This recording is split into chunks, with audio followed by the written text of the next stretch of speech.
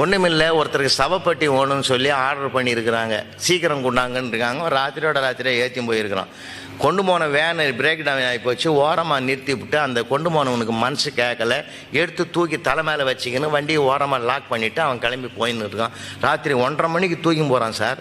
எதிரில் வந்த நைட் டியூட்டியில் வந்த போலீஸ்காரர் பைக்கில் வந்தார் பாருங்க. இவன் இன்னமும் தூக்கி போகிறான்டான்னு பார்த்துட்டு ஏதோ ஒரு 150வது தேரும்னு சொல்லி அவன் லைட் அடிச்சு பார்த்து நிறுத்து, யார் நீ, எங்கே போகிறேன்னு இருக்கான். அவன் புரிஞ்சிக்கணும், உஷாராக புரிஞ்சிக்கணும்னு சொன்னான். புதைச்ச இடத்துல புழுக்கம் தாங்களே.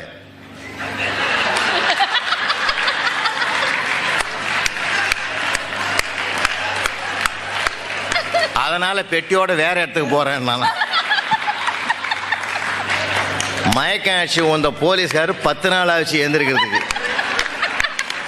ஏன்னா சில நேரங்களில் யாருக்கு எப்படி பேசணுமோ அப்படித்தான் பேசணும்.